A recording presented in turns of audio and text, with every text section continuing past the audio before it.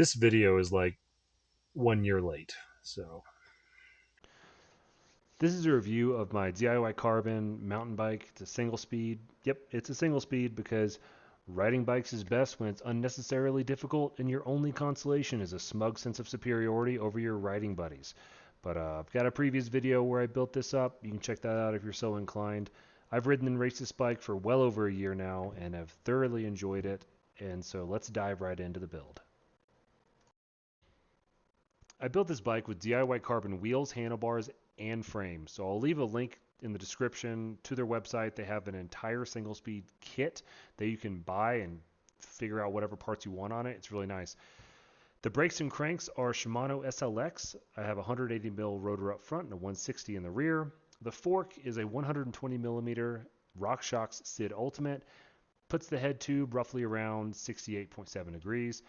I've got a small X-Fusion dropper post, gives me about 90 millimeters of travel, and the seat post angle is around 76 degrees. The tires, I have a Maxxis Recon Race 2.4 up front and an Aspen 2.25 in the rear.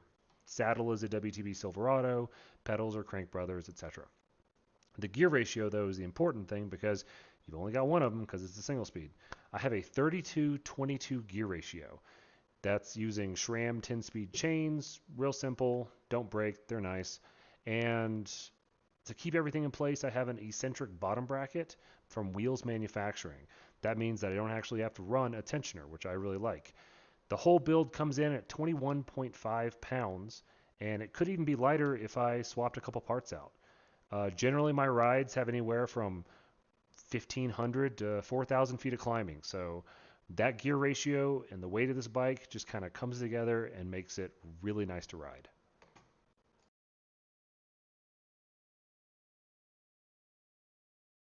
so this is probably the part of the video where you're wondering why this guy rides a single speed when we have things like gears and a lot of gears and huge ranges, but it's fun, and that's just about the best thing I can say about it. And this is going to upset a lot of single speed guys. It's not as hard as you might think. I hear it all the time when I'm on the trails. Wow, that looks so difficult. I could never ride a single speed. And the truth is, yeah, a lot of people can because it's not as hard as it looks. And now that I've said that, my house is probably going to be firebombed by an angry cabal of titanium bike frame riding single speed bros. But that's just how it is, you know? And if it's something that you've never done before, I would highly suggest giving it a shot. Every single person that has ridden this bike in my friend group have walked away like surprised and a little intrigued.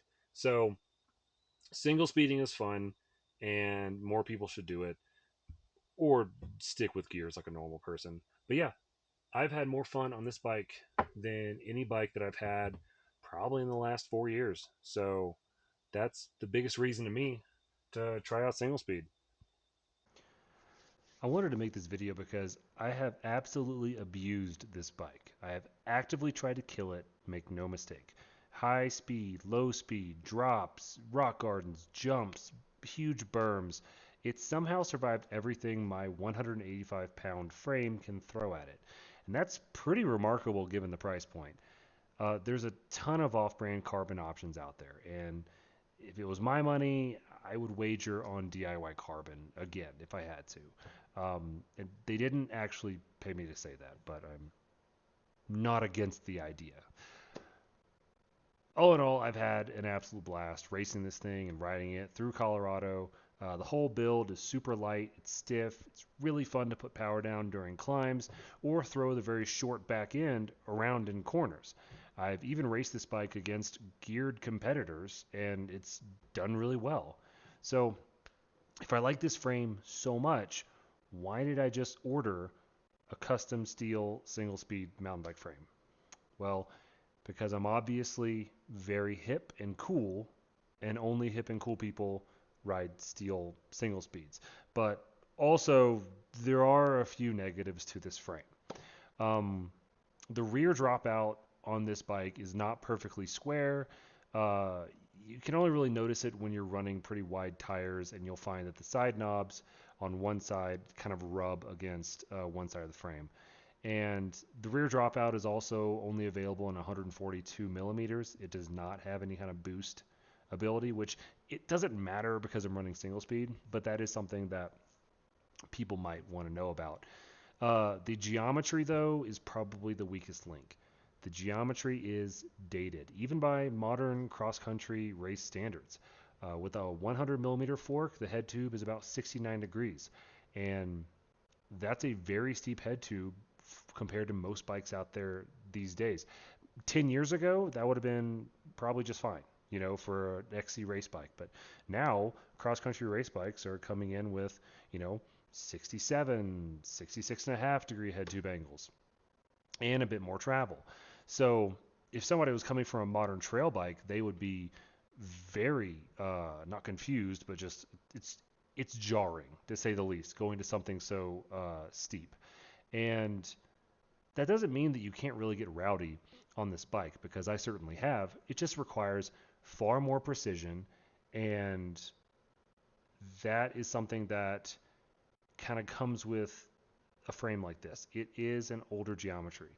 So the bike that I'm going to be moving to has a bit more modern, slacker geometry and should make it a bit better on some of the descending. And again, that doesn't mean that you can't descend on this bike, as I absolutely have, but it's something that if you were looking to buy something like this, you would want to know about. So, final thoughts. Would I buy this setup again? Yeah, I would.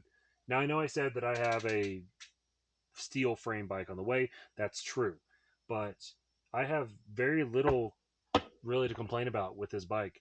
And I would suggest, if you're in the market for wheels, frames, handlebars, whatever it is, like, check out DIY Carbon, honestly. And again, I'm not paid to say that. I genuinely have run their products a ton. I've got their wheels on several bikes. I've knocked this bike around a ton, and yeah, I have really not a lot to complain about with these things. So give them a shot. I do it again, and this isn't the last time you'll probably see this bike. This bike isn't going anywhere. I actually have plans for it for next season, so we'll stay tuned and see what that's about. But anyway, yeah, thanks for tuning in.